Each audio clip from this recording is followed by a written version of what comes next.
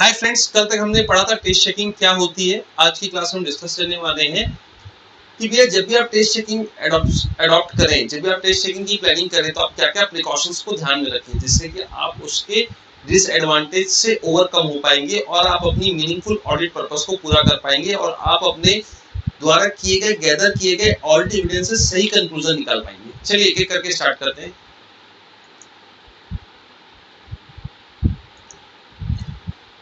Test checking technique एक accepted audit procedure है और generally use in case of large business organization having many homogeneous transaction. जहां बहुत सारे मिलते जुलते ट्रांजैक्शन होते हैं, वहां हर एक ट्रांजैक्शन को चेक कर पाना ऑडिटर के लिए पॉसिबल नहीं होता, तो वहां पर वो क्या करता है, टेस्ट चेकिंग बेसिस पर ऑडिट कंक्लूड करता है। The precaution to be taken are as follow. क्या क्या प्रिकॉशन देखना है, क्या क्या प्रिकॉशन रखना चाहिए ताकि आपके एंड रिजल्ट सही आए, अच्छे आए। ठीक है, पहला classification, the transaction should be classified under appropriate heads. जो भी ट्रांजैक्शन है उनका क्लासिफिकेशन एप्रोप्रिएट हेड्स में होना चाहिए and may be stratified. Stratified मतलब कि उसको क्लासिफाइड इनटू डिफरेंट सब ग्रुप। एक तो हेड वाइज प्रॉपर क्लासिफिकेशन होना चाहिए, उसके बाद उसको ग्रुप वाइज, सब ग्रुप वाइज भी उसको क्या कर देना चाहिए, हमें क्लासिफाइड कर देना चाहिए, जिससे क्या हो जाएगा, it wide the variations exist between the transaction of the same kind, जिससे आपके सेम काइंड के ट्रांजैक्शन में वेरिएशन एग्जिस्ट हो जाता है और जिससे आपका सैंपल और जिससे आपका टेस्ट चेकिंग का मीनिंगफुल रिजल्ट निकलेगा। ठीक है, और सबसे पहले वहां पर जहां पर आपको टेस्ट चेकिंग करनी है या करवानी है, वहां पर आप ये देखिए कि प्रॉपर क्लासिफिकेशन हुआ है या नहीं हुआ है। और क्लासिफिकेशन प्रॉपर का मतलब क्या, अंडर एप्रोप्रिएट हेड्स में बांटना चाहिए चीजों को, और मे बी स्ट्रेटिफाइड मतलब क्लासिफाइड टू डिफरेंट सब ग्रुप्स। आप क्लासिफिकेशन हेड वाइज करने के अलावा उसको डिफरेंट सब ग्रुप में बांटिए ताकि चीजें जो होमोजेनियस नेचर की है, जो मिलती जुलती है, उनका प्रॉपर आपको आउटपुट दिखेगा टेस्ट बेसिस ऑडिट में। ठीक है, यहाँ तक की बात आपको समझ में आ रही है? यस सर, यहाँ तक की बात समझ में आ रही है। दूसरा system study, system and process for entering into and processing a transaction right from the beginning to the end should be studied in sequential order। किसी ट्रांजैक्शन के शुरुआत से लेकर अंत तक के जो भी प्रोसेस अपनाए जाते हैं, जो भी सिस्टम उसके एंट्री को लेकर, उसकी प्रोसेसिंग के लेकर अपनाए जाते हैं, उनको आप सीक्वेंशियल ऑर्डर में, वन बाय वन ऑर्डर में आप उसको स्टडी कीजिए।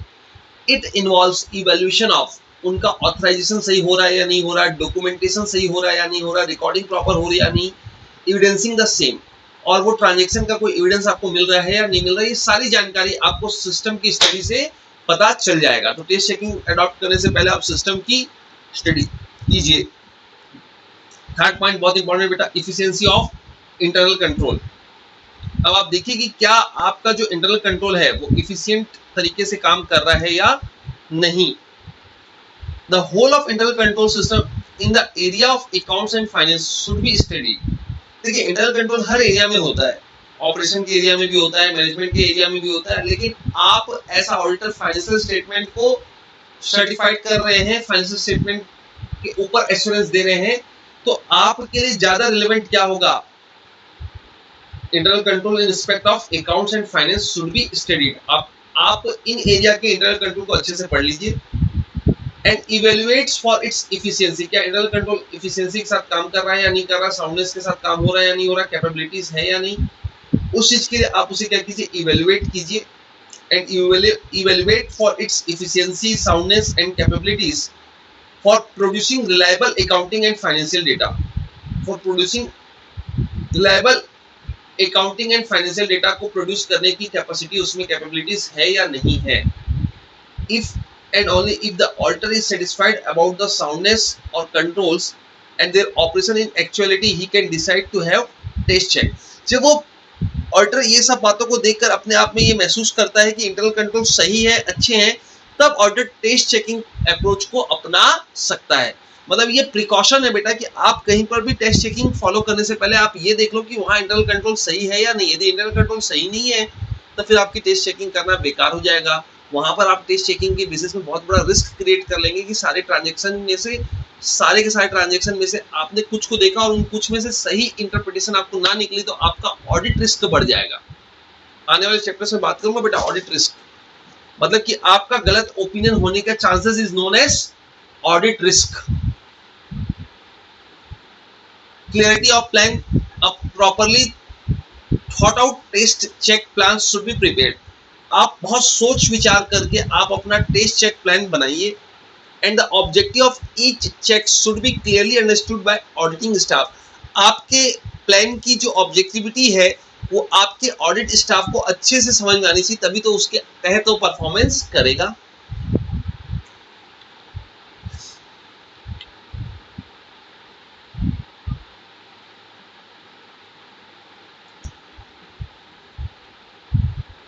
नेक्स्ट पॉइंट बहुत इंपॉर्टेंट है बेटा।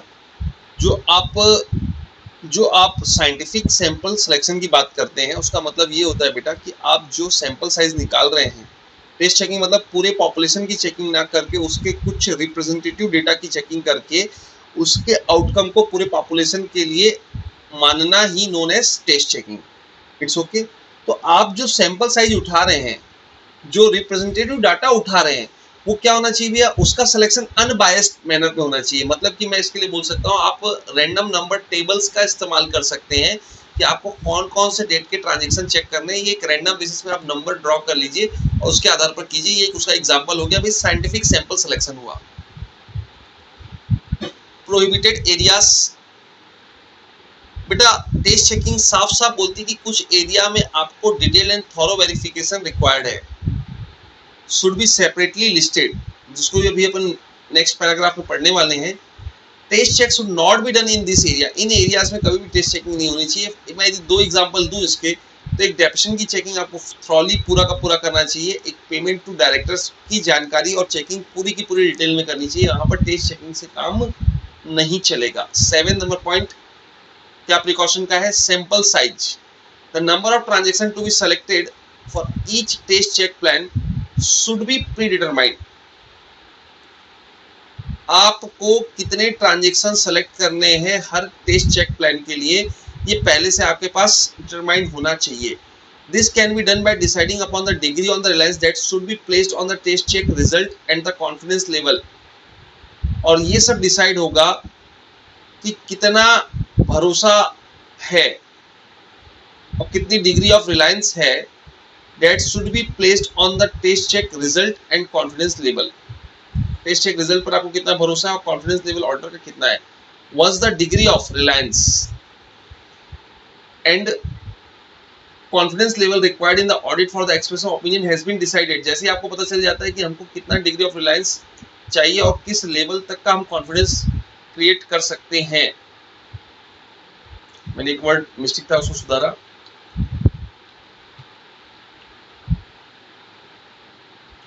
वंस, देखिए फिर से देखिएगा, once the degree of reliance, कितना आपको भरोसा करना है सिस्टम पर, and confidence level required in the audit, कितना कॉन्फिडेंस लेवल आपको चाहिए अपनी ऑडिटर, ऐसा ऑडिटर अपना ओपिनियन एक्सप्रेस करने के लिए।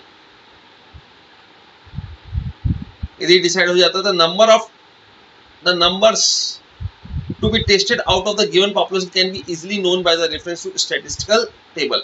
फिर आप स्टैटिस्टिकल टेबल की सहायता से, स्टैटिस्टिकल टेबल की सहायता से कितने नंबर ऑफ ट्रांजेक्शंस को या कितने नंबर्स को आप चेक करना चाहते हैं, ये आसानी से निकाल पाएंगे। मतलब इंपॉर्टेंट क्या भैया कि degree of reliance and confidence level, कितना डिग्री ऑफ रिलायंस है और कितना आपका कॉन्फिडेंस लेवल है, इन दो बातों को आप डिटरमाइन कर लो।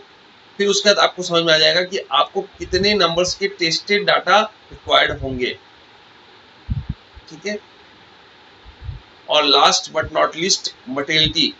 Errors that may be founded are either material or immaterial. आपको पता है कोई भी एरर जिसको आप ढूंढ के निकाल रहे हैं वो मटेरियल भी हो सकती है और इमटेरियल भी हो सकती है। अब मेरी बात को बहुत ध्यान से समझना बेटा, मटेरियल एरर आपके ट्रूथनेस एंड फेयरनेस को अफेक्ट करेगी, जबकि इमटेरियल एरर इस बात को बहुत ज्यादा अफेक्ट नहीं करेगी। It is necessary to decide upon the criteria to जज what constitute a material error. सबसे बड़ी बात तो क्या है, एक ऑर्डर को ये जजमेंट लेना पड़ेगा कि क्या हमारे इसके लिए मटेरियल और क्या हमारे इसके लिए मटेरियल नहीं है। ये कुछ बेटा 8 प्रिकॉशंस के पॉइंट हो गए। क्लासिफिकेशन से शुरू किया हमने, सिस्टम की स्टडी कीजिए, इफिशियंसी ऑफ इंटरनल कंट्रोल के बारे में अपना इंस्टीट्यूट लेवल बनाइए, क्लियरिटी ऑफ प्लान, मतलब कि हर बंदे को, हमारे ऑडिट स्टाफ को प्लान की क्लियरिटी होनी चाहिए। साइंटिफिक सैंपल सिलेक्शन, जो सैंपल का सिलेक्शन वो साइंटिफिक आधार पर होना चाहिए। प्रोहिबिटेड रिस्ट्रिक्टेड एरियाज पर डिटेल चेकिंग करनी चाहिए। सैंपल साइज, आपका सैंपल साइज प्री डिटरमाइंड होना चाहिए।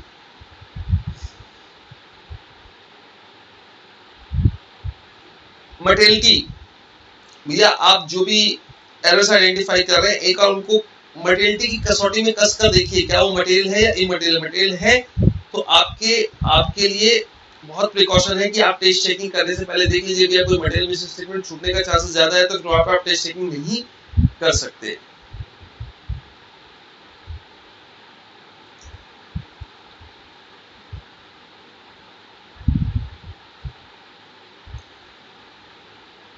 चलिए यहाँ तक की बात समझ में आ गई।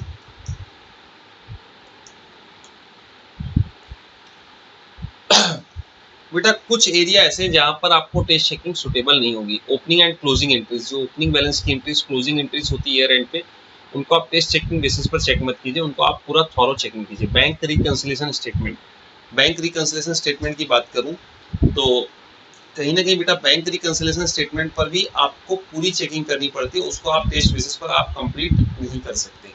बैलेंस शीट आइटम जैसे कि लोन्स लिया, एडवांसेस लिया, लोन लिया या एडवांसेस दिया है, अदर एसेट एंड लायबिलिटी को आप थॉरली चेक कीजिए। उस पर आप सिर्फ थोड़ी चेकिंग करके आप पूरे के ऊपर, उस पॉपुलेशन के ऊपर पूरी इंटरप्रिटेशन नहीं निकाल सकते। Matters involving estimation as well as computation, example depreciation royalty जैसी कैलकुलेशन और कंप्यूटेशन और एस्टिमेशन की रिक्वायरमेंट होती है, उसको आपको डिटेल में चेक करना चाहिए। भले ट्रांजैक्शन डेट में भी small in number but important and material, aggregate level पर ही उस ट्रांजैक्शन की टोटल देखो तो वो काफी इंपॉर्टेंट और मटेरियल है, भले ही वो ट्रांजैक्शन इनिशियल लेवल पर क्या है, इमटेरियल है, स्मॉल इन नंबर है, बट वो इंपॉर्टेंट और मटेरियल है, तो आपको उसको डिटेल में चेक करना चाहिए। Transactions which are recognized by the law by to be looked into by the auditor carefully. Transaction जिसको लॉ के द्वारा बोला गया है कि भैया एक ऑडिटर को बहुत ध्यान से देखना होगा। एग्जांपल मैनेजरियल रेमुनेशन, कंपनी से 2013 के अंदर बताया गया कि कोई मैनेजरियल रेमुनेशन दी गई है तो उसको ऑडिटर को रिपोर्ट करना जरूरी है, उसकी डिटेल चेकिंग करना जरूरी है। डिविडेंड्स को लेकर कंपनी से 2013 में लिखा गया है। Share issued for the cash consideration, यदि मान लीजिए किसी कंपनी ने शेयर्स कैश कंसिडरेशन के लिए इशू किया तो उसको डिटेल में चेक करें कि कैश वास्तव में आई या नहीं आई। तो ये कुछ एरिया जो लॉ के द्वारा बताए गए जहां पे टेस्ट चेकिंग पॉसिबल नहीं है, it's okay.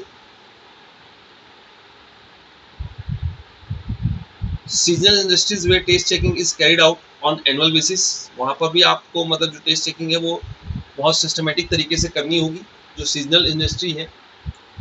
Transaction of non recurring nature और एक्सेप्शनल ट्रांजेक्शन, जो कभी कभार होते हैं, जो एक्सेप्शनल ट्रांजेक्शन, उनके ऊपर आपको डिटेल चेकिंग करनी चाहिए। Transaction involving statutory payments dues, example ESI, employ state insurance, EPF, employ provident fund, tax deduction at source. ठीक है, इन एरिया पर आपको थॉरली चेकिंग करनी चाहिए क्योंकि यहाँ पर टेस्ट चेकिंग अप्रोच सही नहीं है। ठीक है, यहाँ तक की बात समझ में आ गई दोस्तों।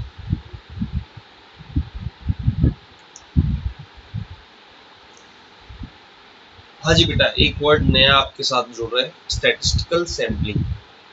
देखिए टेस्ट चेकिंग के दौरान आप पूरे ट्रांजेक्शन, पूरे डेटा की चेकिंग ना करके आप रिप्रेजेंटेटिव डेटा की चेकिंग करते हैं।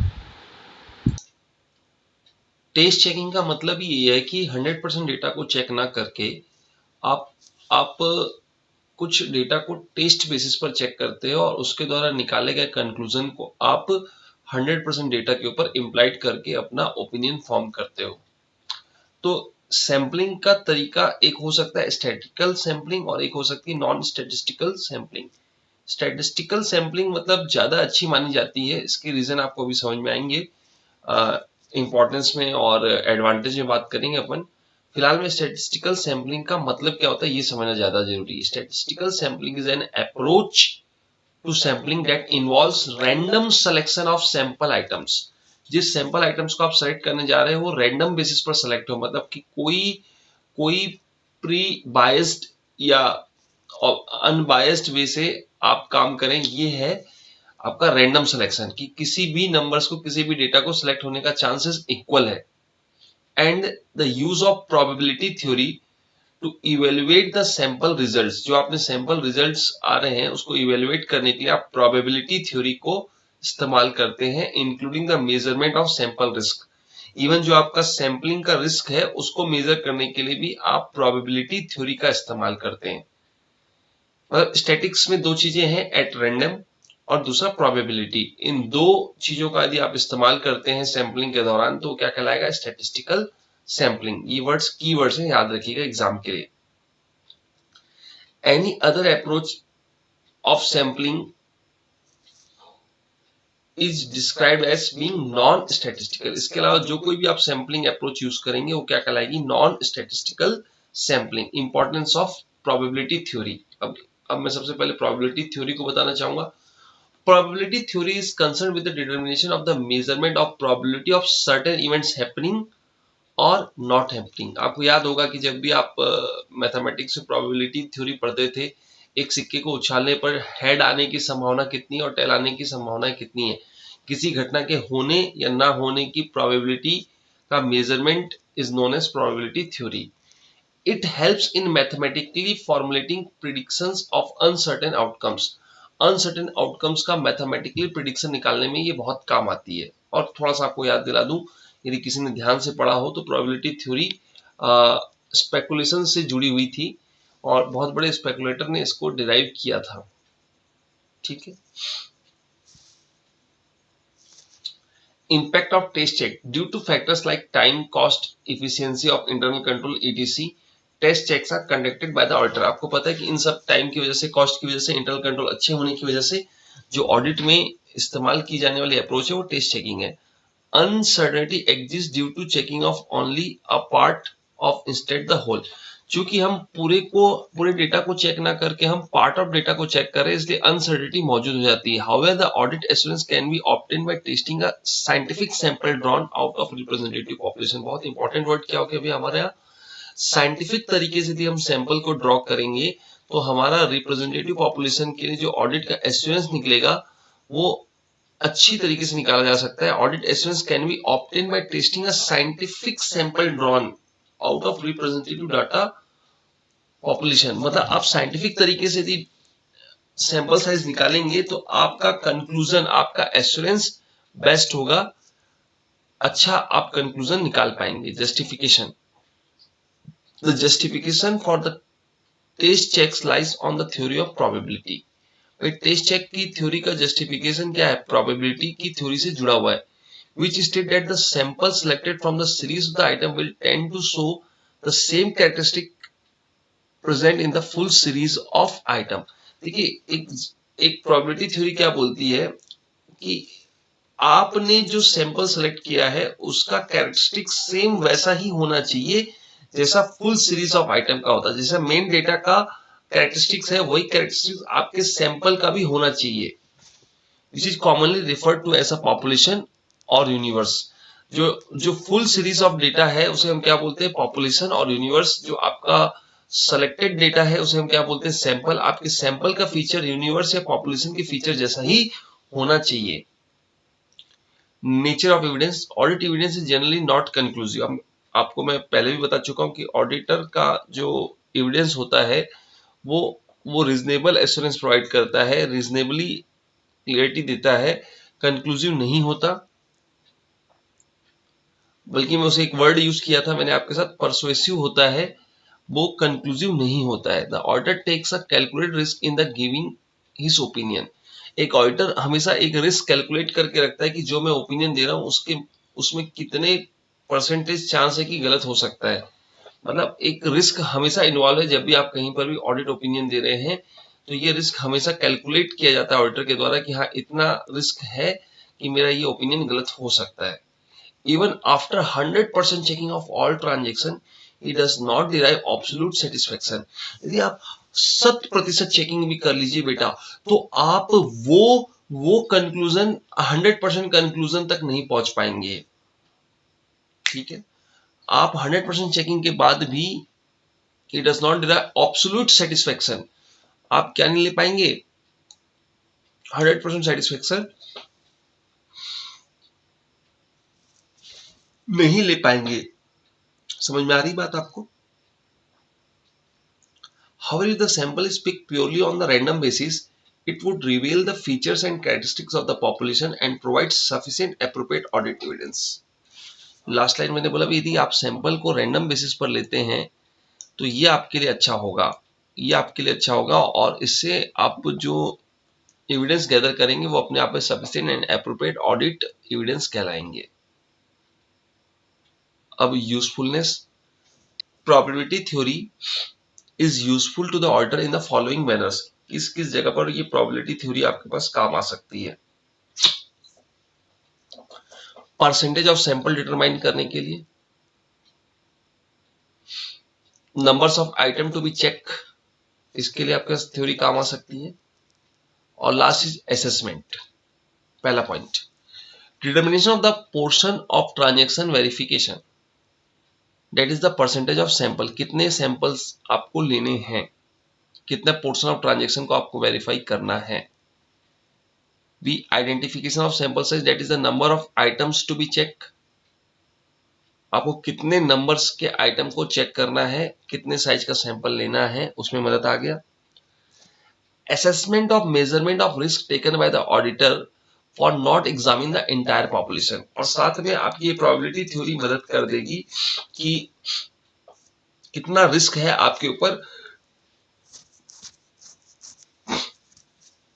कितना रिस्क है आपके ऊपर जो आप 100% डेटा को चेक ना करके यदि आप उसके रिप्रेजेंटेटिव डेटा को, सैंपलिंग डेटा को, सैंपल डेटा को ही चेक करते हैं तो कितना रिस्क आपके ऊपर हो सकता है। इस रिस्क के असेसमेंट और मेजरमेंट में भी ये प्रोबेबिलिटी थ्योरी आपकी मदद करती है। हालांकि ये सब बेटा प्रोफेशनल जजमेंट होता है। अब बात करते हैं advantage of statistical sampling. Statistical sampling appropriate कहाँ होती है? अंडर द फॉलोइंग कंडीशंस पर ये एप्रोप्रिएट होती है, जहां लार्ज पॉपुलेशन है, जहां लार्ज पॉपुलेशन को चेक करने की आवश्यकता है वहां पर आप सैंपलिंग कीजिए, बहुत अच्छा रहेगा। Homogeneity, the population consist of the similar items, आप जिस पॉपुलेशन की ऑडिट करने जा रहे हैं, जिस पॉपुलेशन के आप डेटा ड्रॉ कर रहे हैं उनमें सिमिलरिटी होना बहुत जरूरी है। Selectable items, item for checking are easily selectable, selected and located, जिस आइटम को आप चेक करें वो इजिली सिलेक्टेड हो और लोकेटेड हो। Low risk, the error rate is reasonably low, that is the good system of internal control in the force. मतलब आपके यहाँ एरर होने की संभावनाएं बहुत कम होनी चाहिए, और ये कब हो सकता है? जब आपके यहाँ good internal control system work करे। ये चार बेसिक रिक्वायरमेंट्स है जहां पर आप बोल सकते हैं स्टैटिस्टिकल सैंपलिंग को अप्रोप्रिएट माना जाएगा, जहां लार्ज पॉपुलेशन हो, होमोजेनिटी हो, सिलेक्टेबल आइटम्स हो और लो रिस्क हो। अब बेटा एडवांटेज की बात करता हूं। एडवांटेज ऑफ स्टैटिस्टिकल सैंपलिंग, थोड़ा ध्यान से पढ़िएगा, इस एग्जाम में बहुत इंपॉर्टेंट है ये पूरा chapter. Sample size control, the amount of testing that is sample size does not increase in proportion to increase in the size of universe या पॉपुलेशन। पॉपुलेशन की साइज के कंपैरिजन में आपका सैंपलिंग साइज इंक्रीज नहीं होता है, तो कहीं ना कहीं सैंपल साइज आपका कंट्रोल्ड वे में रहता है। बहुत ज्यादा आपको डिटेल्ड एग्जॉस्टिव सैंपल साइज रखने की आवश्यकता नहीं होती, क्योंकि आप रैंडम थ्योरी स्टैटिस्टिकल सैंपलिंग का यूज कर रहे हो। कम वर्किंग में भी पूरी वर्किंग से ज्यादा का इफेक्ट लाना is known as statistical sampling. Objectivity, the sample selection is more objective, unbiased and thereby more reasonable in evaluation of the audit evidence। कहीं ना कहीं आप स्टैटिस्टिकल सैंपलिंग के दौरान अनबायस्ड और ऑब्जेक्टिव वे से सैंपल डेटा ड्रॉ करते हैं, जिससे कहीं ना कहीं आपका thereby more reasonable in evaluation of audit evidence, कहीं ना कहीं ज्यादा रीजनेबल होगा ऑडिट एविडेंस की इवेल्यूशन को लेकर। Risk assessment, it provides a means for deriving a calculated risk and corresponding precision, that is the probable difference in the result due to use of sample in the lieu of examining all records in the group using the same audit procedure। ये थोड़ा नया शब्द आया आपके साथ, risk assessment, ध्यान दीजिएगा इस पे।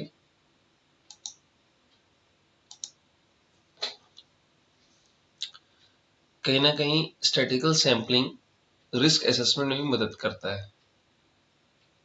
It provide a means for deriving a calculated risk and sampling error की वजह से जो आपका रिस्क हो सकता है उसके रिस्क को कैलकुलेट करके बताता है. That is the probable difference in the result.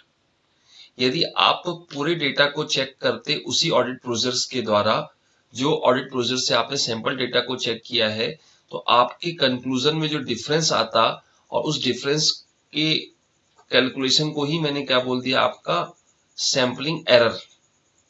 That is the probable difference in the result due to use of sample in the lieu of examining the all records in the group universe की जगह आप sample को check करने की वजह से जो आपके ओपिनियन में, जो आपके कंक्लूजन में प्रोबेबल डिफरेंस आता, this is known as sampling error. और ये सैम्पलिंग एरर के बारे में आप यदि स्टैटिकल तरीके से भी आप सैम्पलिंग निकालेंगे तो ये कैलकुलेट रिस्क आपका वेरी लो रहेगा.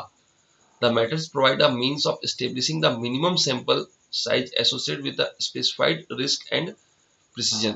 मतलब कहीं ना कहीं स्टैटिकल तरीके से यदि आप स्टैटिकल सैम्पलिंग करते हैं तो आपका ये रिस्क भी कम, स्टैटिकल सैम्पलिंग की वजह से आपका सैम्पलिंग रिस्क भी कम से कम हो जाता है, क्योंकि पूरा लॉजिक ये है कि एट रैंडम बेसिस में सिलेक्शन हो रहा है. और स्टैटिकल सैम्पलिंग कहीं ना कहीं आपको वो सैम्पलिंग करके देती है जो कि सेम कैरेक्टरिस्टिक होती है आपके मेन डेटा की, वैसी ही सैम्पलिंग डेटा की कैरेक्टरिस्टिक्स होती है. Better analysis. It may provide a better description of the large mass of data than a complete examination of all the data.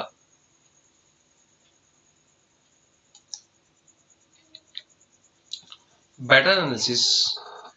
It may provide a better description of large mass of data than a complete examination of all the data. बड़े data की एक अच्छी description ही हमें दे सकता है यदि हम statistical sampling को अडॉप्ट करते हैं as compare to examination of old data, क्योंकि non sampling errors such as processing and clerical mistake बड़ी मात्रा में नहीं पाई जाती हैं. It's okay. इकोनॉमी. मतलब बेटर एनालिसिस के बारे में बोलूं भैया, चूंकि भी हम पूरे डेटा को चेक करने की जगह उस डेटा का आपने पूरा सेम कैरेक्टरिस्टिक चेक कर लिया, तो आपकी एनालिसिस एज कंपेयर टू ज्यादा करने की जगह कम करने पर भी बहुत अच्छी आ सकती है. ठीक है. Economy. Time and money are saved by the limiting sample size to the extent that is required to achieve a given result. जितना आपको रिजल्ट चाहिए उस गिवन रिजल्ट्स के आधार पर आपको रिक्वायर्ड गिवन रिजल्ट्स के अचीव गिवन रिजल्ट्स को प्राप्त करने के उद्देश्य से आप सैंपल साइज को जितना चाहे उतना कम से कम कर सकते हैं कि आपका वो डिजायर्ड लेवल ऑफ रिजल्ट आ जाए. तो इससे कहीं ना कहीं आपके टाइम और मनी दोनों की सेविंग हो रही है. Time and money are saved by limiting sample size to the extent that is required to achieve the given result. भाई जितनी आवश्यकता है उतना ही आप सैंपल साइज रखेंगे, उससे ज्यादा रखने की आवश्यकता है जिससे आपका समय और एफर्ट्स दोनों ही बच रहा है. जब समय और एफर्ट्स बच रहा है तो कहीं ना कहीं मनी का भी सेविंग्स हो रहा है. थर्ड और फोर्थ नंबर पॉइंट बेटा डेफिनेशन पार्ट का ही डेरिवेशन है. Selection of an audit sample on the random basis is the pre requisite for application of statistical techniques. कहीं ना कहीं जो आप ऑडिट सैंपल निकाल रहे हैं वहां पर रैंडम बेसिस में निकालने की संभावना होना ही आपका प्री रिक्विजिट है स्टैटिकल टेक्निक की. ठीक है. The audit sample collection on the random basis ensure that all items in the population, ये बहुत इंपॉर्टेंट लाइन बोल रहा हूँ, all item of the population have an equal chance of selection. उनके सेलेक्ट होने का चांसेस इक्वल है. For example by use of random number tables. Random number tables के आधार पर कोई भी 1000 ट्रांजेक्शन में से 20 ट्रांजेक्शन आपने निकाले रैंडम बेसिस पर, तो क्या कहलाएगा भी आपका, वो कहलाएगा आपका प्रोबेबल थ्योरी के आधार पर आपने एट रैंडम बेसिस पर आपने क्या निकाला है, कोई भी ट्रांजेक्शन का सैंपल साइज निकाला है. The audit sample collection on a random basis ensure that all item in the population, किसी भी पॉपुलेशन के सेलेक्ट होने की संभावनाएं इक्वल होनी चाहिए. मतलब ये नहीं होना चाहिए कि हम चौथे नंबर का ट्रांजेक्शन लेंगे ही लेंगे और 18 नंबर का लेंगे ही लेंगे, बल्कि चौथे और 18 के सेलेक्ट होने के चांसेस सबके बराबर है. कोई भी एक ट्रांजेक्शन सेलेक्ट हो सकता था सैंपल के लिए, किसी के भी चांसेस हाई और लो नहीं थे, इक्वल थे, तभी वो क्या कहलाएगा आपका स्टैटिकल सैंपलिंग. चलिए बेटा, यहां तक की बात भी बहुत अच्छे समझ में आ रही होगी. अब कुछ ऐसी सिचुएशन है जहां पर स्टैटिकल सैंपलिंग भी एप्रोप्रिएट नहीं हो। ये सारी बातें आप इसलिए पढ़ रहे हैं ताकि आप कभी ऑडिट करने जाएं तो आपको तकलीफ ना हो। कुछ ऐसे एरिया हैं जहां पर आपका स्टैटिकल सैंपलिंग एप्रोप्रिएट नहीं माना जाएगा। पहला एरिया बेटा जहां डाटा ही बहुत कम है, when the population is too small that is all item can be checked in such cases। आप 100% चेक कर सकते हैं तो फिर आपको वहां पर सैंपल निकालने की आवश्यकता है ही नहीं।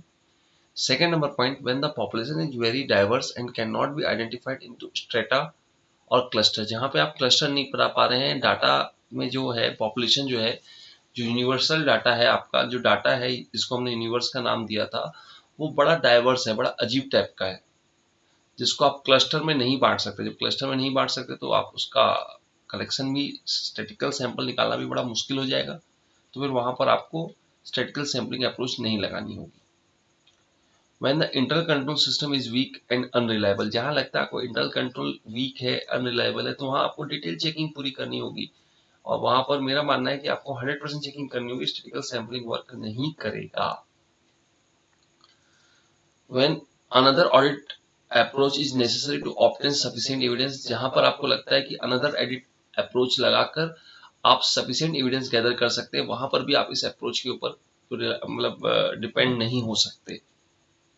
ठीक है, where another audit approach will provide satisfactory information in the less time, जहां आपको ऐसा फील होता है कि वहां अनदर ऑडिट एविडेंस और अनदर ऑडिट अप्रोच लगाने से आपको अच्छा एविडेंस मिल सकता है, तो वहां पे अनदर ऑडिट अप्रोच लगाइए। और जहां पे लगता है आपको कि अनदर ऑडिट अप्रोच लगाने से आपको सेटिस्फैक्टरी इंफॉर्मेशन मिल जाएगी, वो भी कम समय पे, तो वहां पर आप उसको लगाइए। फिर आपको देखिए अल्टीमेट आपका पर्पस क्या है, sufficient appropriate audit evidence obtain करना, ताकि आप सही ओपिनियन दे सके और आपका ओपिनियन अच्छे से एक्सप्रेस हो सके। यही आपका ऑब्जेक्टिव है। हो सकता है कई बार स्टैटिकल सैंपलिंग की जगह कुछ और तरीके से भी आपका ये ऑब्जेक्टिव बहुत अच्छे से पूरा हो सकता है, कम समय में पूरा हो सकता है, तो फिर आप वहां जाइए। Where the statistical sampling methods are not likely to satisfy the level of assurance required, जहां पे जिस लेवल की एश्योरेंस रिक्वायर्ड है वहां पर आपका स्टैटिकल सैंपलिंग मदद नहीं कर पाएगा, तो वहां पर आपको फिर स्टैटिकल सैंपलिंग को यूज नहीं करना है। When exact accuracy is required, जहां पर एकदम एग्जैक्ट एक्यूरेसी चाहिए, रीजनेबल एक्यूरेसी नहीं बेटा, एग्जैक्ट एक्यूरेसी चाहिए, वहां पर भी आप स्टैटिकल सैंपलिंग का इस्तेमाल नहीं कर सकते, मतलब वहां पे आपको फिर 100% चेक करना पड़ेगा। Well the legal requirements are involve, जहां पे किसी एंटिटी के यहाँ लीगल रिक्वायरमेंट है, उसका गवर्निंग लॉ या उसके ऊपर अप्लीकेबल इंस्टीट्यूट बोलता है कि आपको ये आइटम तो पूरा का पूरा चेक करना है, तो फिर वहां पे स्टैटिकल सैंपलिंग आप नहीं कर सकते। कहाँ कहाँ पे नहीं कर सकते, जहाँ डाटा बहुत कम है, जहां पर क्लस्टर का प्रिपरेशन होना बड़ा मुश्किल हो, इंटरनल कंट्रोल सिस्टम बड़ा कमजोर है, आप अनदर ऑडिट अप्रोच से ही sufficient appropriate audit evidence gather कर सकते हैं, या अनदर ऑडिट अप्रोच से आप कम समय में इफेक्टिव एविडेंस गैदर कर सकते हैं। Where the statistical sampling methods are not likely to satisfy the level of assurance required, आपको जिस लेवल की एश्योरेंस चाहिए वो देने में असमर्थ है।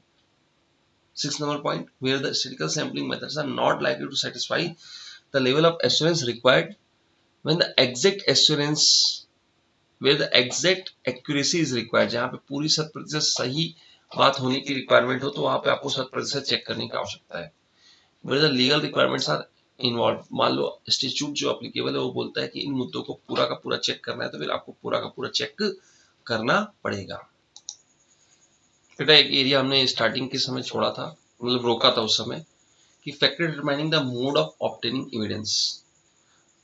कौन से ऐसे फैक्टर हैं जो डिटरमाइन करते हैं कि आपको एविडेंस किस मोड में ऑब्टेन करना है।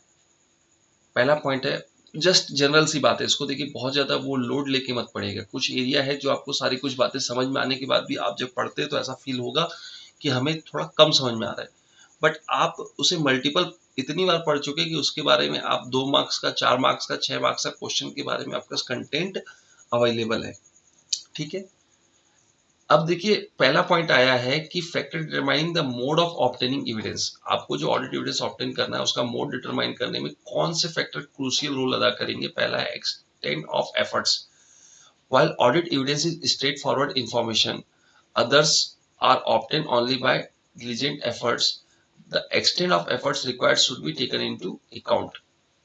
आपको ये देखना है जहां पर आपको एक मेथड से स्ट्रेट फॉरवर्ड इन्फॉर्मेशन मिल जा रही है जबकि दूसरे के लिए आपको डिलीजेंट एफर्ट्स करना पड़ रहा है, तो आपको एविडेंस कौन सा सेलेक्ट करना चाहिए, आपको एविडेंस कौन सा ऑप्टेन करने का मेथड फॉलो करना चाहिए। इसके लिए आप ये चेक कीजिए कि कितने लेवल का एफर्ट्स मुझे फर्स्ट मेथड में देना पड़ रहा है, कितने लेवल का एफर्ट्स सेकंड मेथड में देना पड़ रहा है। Reliability evidence varies in reliability. The extent of reliability of the evidence obtained should be considered in deciding what evidence is required. हमको जो एविडेंस रिक्वायर्ड है उसमें कितनी रिलायबिलिटी का मैटर चाहिए। रिलायबिलिटी के आधार पर हमको जिससे ज्यादा रिलायबल एविडेंस मिल सकता है वो मेथड ऑप्ट करना चाहिए एविडेंस ऑब्टेन करने के लिए। Source internal external evidence should be suitably correlated. Internal evidence should be accepted subject to the efficiency of internal control. Subject to the efficiency of internal, हम internal evidence को भी obtain करने का best तरीका मांग सकते हैं यदि हमारा इंटरनल कंट्रोल सिस्टम बहुत इफिशियंट तरीके से काम कर रहा है तो। अदरवाइज एक्सटर्नल एविडेंस तो हमेशा बेस्ट होता ही है। Ease of obtaining, some evidence are more difficult to obtain. Example, while examining the inventory it is easier to verify stores in hand than the inventory stored elsewhere. जो आपके यहाँ खुद के यहाँ रखी हुई इन्वेंट्री है उसको एग्जामिन करना बड़ा आसान है एज कम्पेयर टू वो इन्वेंट्री जो कहीं और स्टोर की गई है उसको एग्जामिन करना। तो बेटा ईज ऑफ ऑप्टेनिंग आप ये भी देखिए कि किस तरीके से आपको कितने आसानी से आपको डेटा ऑप्टेन हो सकता है, वो भी आपका क्रूशियल फैक्टर बनेगा ऑडिट एविडेंस ऑप्टेन या mode of obtaining evidence decide करने में। ठीक है। Nature of evidence, audit evidence is basically persuasive and not conclusive. The auditor take a calculated risk. Auditor take a calculated risk. कभी भी auditor अपनी opinion देते हो तो एक रिस्क कैलकुलेट कर लेता है कि मेरी ओपिनियन में ये गलती होने की संभावना में भी हो सकती है। वैसे हम एविडेंस के गैदरिंग में भी हम एक कैलकुलेटेड रिस्क मान के चलते हैं कि भाई हो सकता है हमको सही एविडेंस एकदम से प्रॉपर ना मिल पाए, फिर भी हम अपना ड्यू केयर और अपना प्रोफेशनल जजमेंट लगाकर इस कैलकुलेटेड रिस्क को मिनिमम करने की कोशिश करते हैं। He get the best evidence reasonably available. जितना एक सामान्य रीजनेबल व्यक्ति को अवेलेबल हो सकता है उतने तो एविडेंस हम गैदर करते ही करते हैं and form his judgement accordingly, और उसके आधार पर हम अपना एक जजमेंट बनाते हैं। तो ये नेचर ऑफ एविडेंस को अफेक्ट कर सकता है कि हमारा जो एविडेंस होता है ऑडिट का वो कंक्लूसिव नहीं होता बल्कि क्या होता है परसुएसिव होता है। तो उस आधार पर आपके पर्पस को जो पूरा करता हुआ जो आपके प्रोफेशनल जजमेंट को बनाने में मदद करता है, करने का बेस्ट तरीका क्या हो सकता है उस तरीके से आप ऑडिट एविडेंस को ऑब्टेन कीजिए। Objectivity, the auditor must be thorough in his efforts to obtain evidence and be objective in its evaluation.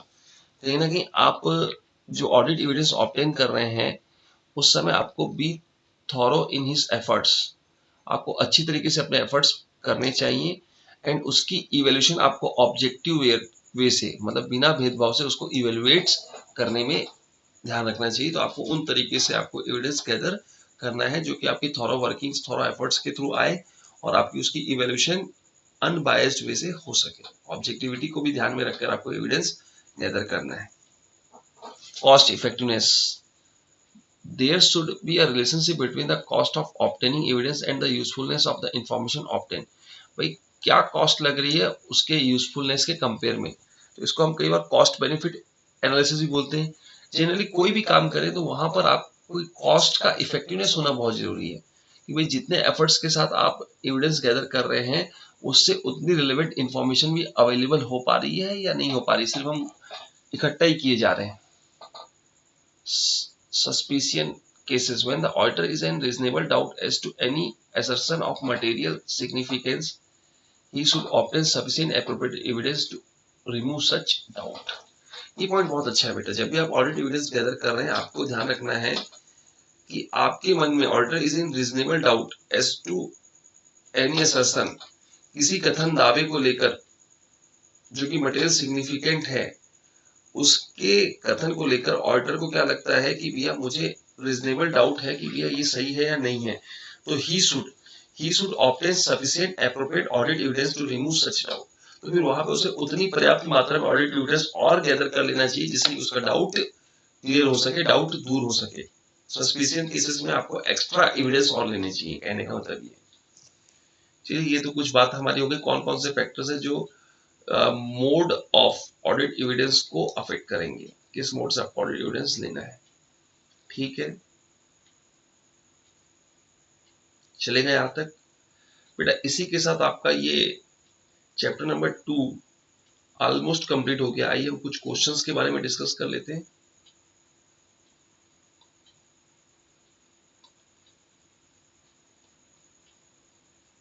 ये मैं पूरा चैप्टर एक बार, मन तो बड़ा अच्छा ऐसा कर रहा है कि आपको पूरा चैप्टर पूरा रिकॉल कराऊं समराइज वे में, बट चूंकि पूरी डिटेल में वीडियो मैंने आपके साथ डिस्कस की है और आपका वीडियो मोड है तो आप उसे प्लेबैक करके भी देख सकते हैं कहीं पर भी कोई दिक्कत हो, और इसे पढ़ते रहिए, बड़ा मजा आएगा।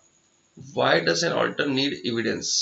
पैराग्राफ 2.11 में हमने लिखा कि ऑडिटर को एविडेंस की आवश्यकता क्यों पड़ती है, क्योंकि वो एक ओपिनियन उसे देना पड़ता है और उस ओपिनियन के लिए उसे क्या चाहिए भैया, कोई तो बेस्ड डाटा चाहिए जो उसने ऑडिट प्रोजेक्ट के दौरान ऑब्टेन किया, वो सारी चीजें उसके लिए क्या कहलाती है, ऑडिट एविडेंस, जिसके आधार पर उसका ओपिनियन बेस्ड होता है, इसलिए उसको एविडेंस लेने की आवश्यकता पड़ती है। ये बहुत important question, what are the factors which influence the auditor judgement as to what is the sufficient and appropriate audit evidence. ये देखिए कितनी बार आया हुआ है एग्जाम्स में। 2.1.2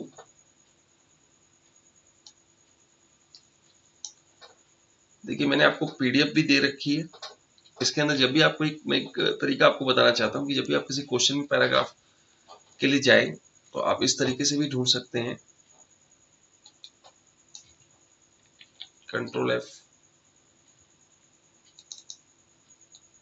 कंट्रोल C किया आपने, कंट्रोल V, फाइंड नेक्स्ट।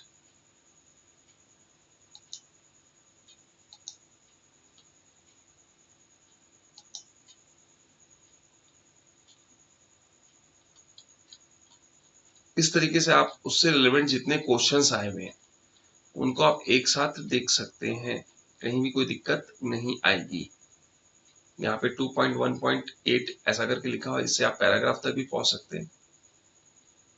मैंने हर पैराग्राफ के आगे इसलिए स्पेसिफिक नंबर मेंशन किया हुआ है ताकि आपको किसी प्रकार की दिक्कत ना हो।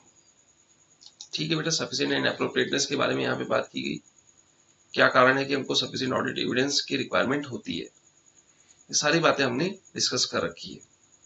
जैसे कि रिस्क ऑफ मिस स्टेटमेंट की वजह से, मॉडलिटी को ध्यान में रखते हुए, प्रीवियस एक्सपीरियंस है वो भी आपके फैक्टर्स डिसाइड करते हैं कि क्या आपका सफिशिएंट एप्रोप्रिएट ऑडिट एविडेंस होना चाहिए। रिजल्ट ऑफ द वर्क, जो आपने ड्यूरिंग द ऑडिट जो भी आपने परफॉर्मेंस की उसका क्या रिजल्ट आया वो भी आपको अफेक्ट करता है। इंफॉर्मेशन, क्या इंफॉर्मेशन अवेलेबल है, एनालिटिकल रिव्यू से भी आपको बहुत सारी चीजें अफेक्ट होती हैं। चलिए मैं फिर से आपके साथ एक बार इस चैप्टर के कुछ पार्ट्स जो आपके साथ मैंने डिस्कस कर रखे हैं उन्हें रिकॉल करने के लिए आपको एक निवेदन करता हूं, और साथ में इसके क्वेश्चंस जितना भी हमने पढ़ रखे हैं इस पर आप फोकस करेंगे। और किसी प्रकार का बेटा छोटा सा भी डाउट होगा तो आप मेरे से पूछ सकते, क्योंकि ये सारी बातें write a short on substantive procedures. Substantive procedures क्या है भैया, substantive audit procedures are designed to check completeness, accuracy and validity of a transaction shown in the financial statement. यही तो था, इसके ऊपर डिटेल में बात कर सकते हैं आप। इससे एक पार्ट क्या होता है, टेस्ट ऑफ डिटेल्स, दूसरा पार्ट क्या है, एनालिटिकल रिव्यू। ठीक है, इस तरीके से बेटा ऑलमोस्ट जितने भी क्वेश्चन हमारे डिस्कस हो चुके हैं, फिर भी आप एक बार इसको रिकॉल करेंगे। अगला चैप्टर हम स्टार्ट करने वाले हैं ऑडिट प्लानिंग एंड मटेरियलिटी। दो बात एक साथ जुड़ी हुई है इसलिए ध्यान से सुनिएगा। कोई भी काम को करने से पहले आप उसकी प्लानिंग करते हैं। इवन हम क्लासेस, मतलब हम किसी टॉपिक को पढ़ने से पहले भी हम प्लानिंग करते हैं कि इतने घंटे में इस टॉपिक को हमें पढ़ना रहता है। एग्जाम टाइम की बात करूं, वैसे ही मटेरियलिटी की बात करता हूं बेटा कि पूरी ऑडिट का फोकस क्या है, मटेरियल चीजों को ढूंढना और उनमें कोई फ्रॉड या एरर हुआ है या कोई मिस्टेक्स है तो उसको रिपोर्ट करना। ध्यान दीजिएगा, प्लानिंग भी एक जजमेंटल अप्रोच है और मटेरियलिटी भी कहीं ना कहीं जजमेंटल अप्रोच है। प्लानिंग हो सकता है मेरी प्लानिंग आपकी प्लानिंग से थोड़ा डिफर करे, बट इस डिफरेंस को कम करने के लिए हमारी institute of chartered accountant of India ने एक स्टैंडर्ड ऑफ ऑडिटिंग डिक्लेयर किया, जिसके अंदर ऐसे स्टैंडर्ड ऑफ ऑडिटिंग 300 बात करता है कि आपको ऑडिट स्टार्ट करने से पहले क्या क्या प्लानिंग कर लेनी चाहिए, और उस प्लानिंग के बारे में क्या क्या हमारा स्टैंडर्ड विजन होगा वो उसके अंदर लिखा गया है। मटेरियलिटी, मटेरियलिटी का मतलब होता है बेटा इंपॉर्टेंस। कोई भी चीज इन फाइनेंशियल स्टेटमेंट जो एंड यूजर के डिसीजन को अफेक्ट कर सकती है, जो भी मैटर एंड यूजर के डिसीजंस को अफेक्ट कर सकता है, वो सारा मैटर क्या कहलाएगा, मटेरियल इंपॉर्टेंट। जिसमें होने वाली गलती एंड यूजर के डिसीजन को गलत कर सकती है, वो सारा का सारा मैटर क्या कहलाएगा, मटेरियल। तो जब भी आप ऑडिट करने जाएं तो एक ऑडिट प्लानिंग होना बहुत जरूरी है। दूसरा उसकी मटेरियलिटी, कि मटेरियलिटी वे में आप ऑडिट कीजिए, मटेरियल आइटम्स को आप बहुत अच्छे से फोकस के साथ ऑडिट कीजिए। ठीक है, इसके बारे में हम डिस्कशन करेंगे बेटा एक नए विजन के साथ। ठीक है बेटा, यहाँ तक की चीजें आप एक बार अच्छे से पढ़िए, समझिए। इसी के साथ हमारा चैप्टर 2 कंप्लीट होता है, और आगे का वीडियो मैं आपको जल्द से जल्द अपलोड करता हूँ।